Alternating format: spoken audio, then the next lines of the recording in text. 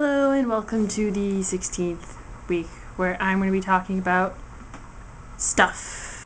So I'm trying to learn French, right? My older brother gave me this mix CD full of a whole bunch of random French songs that I had no idea what they were called or who they were by. So as I'm listening to these French songs on my MP3 player, there's just one that really comes up that's like, oh, this is really awesome. And I keep listening and listening, and then something really kind of weird, awkward happens. Did I hear what I just think I heard? Yeah, it's a French song about safe sex.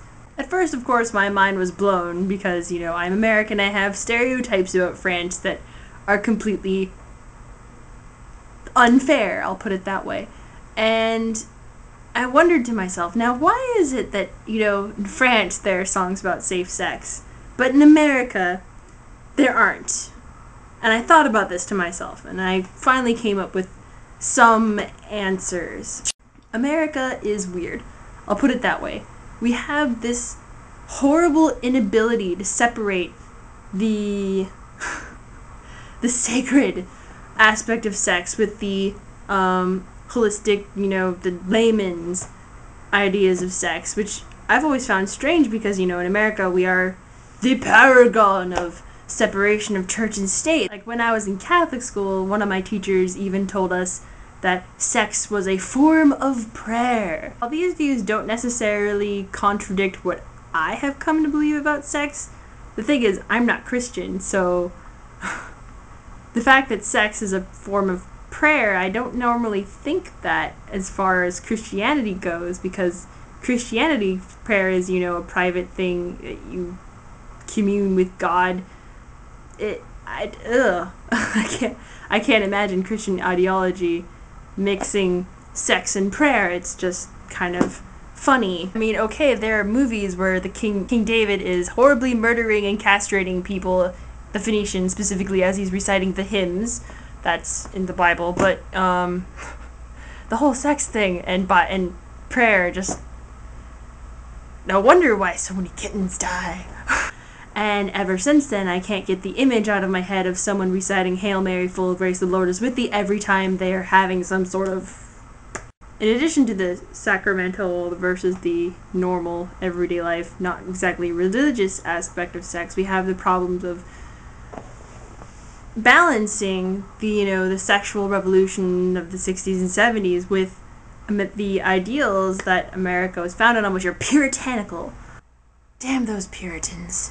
Did you know that Bibles had porn in them? And then that's one of the reasons why the Puritans had this whole no pictures in their books thing, because the Bible, illuminated manuscripts, are full of porn. I'm not even kidding. No, really. You can give me the illuminated manuscript and I can point to the parts in the margins, the marginalia, where people are having gratuitous sex.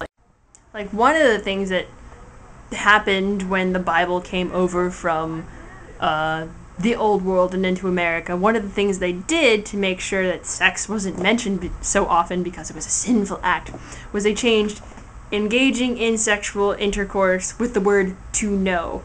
So that's how the phrase to know in a biblical sense came about. Of course, there's something they forgot when they were translating that stuff over, and that was the idea of knowledge is as divine, knowledge of the divine. So in passages where people know Jesus, it's supposed to be, meaning as like, oh, they know that he's divine and human at the same time, but because the Old Testament and all these other things got translated over the sex part as to know, I can actually form an argument that Jesus was saving people with sexual intercourse and probably get a whole bunch of hate mail for doing so.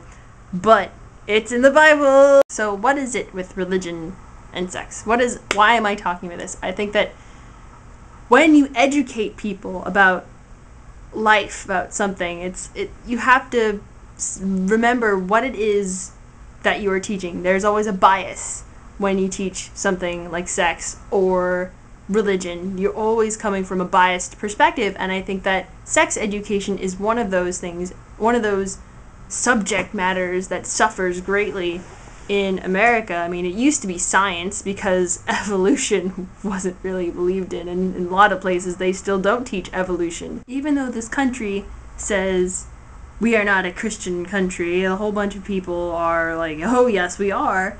And so even in public schools where you're not supposed to teach ideology of any sort of religion, the ideas that come across from Christianity that sex is a sacred act of prayer or whatever, kind of cross over into you should wait, you should know everything you can about sex and before you are ready to do it.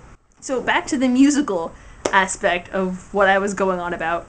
The whole divide that we have between sex is a wonderful, holy thing versus it's a sinful thing, and then the whole yay, sex is to be celebrated and practiced versus sex is to be avoided and at all costs. That comes out in songs in America because we have songs that have all these completely different, like, they all fall into specific categories of sex with this person is going to screw you over versus sex with so-and-so person makes you feel like you're in heaven. And then, you know, I feel bad every time I have sex, it's sinful, versus I feel like I'm alive thing. As for why songs like about safe sex can be in France, well, their divide between church and state is really strong.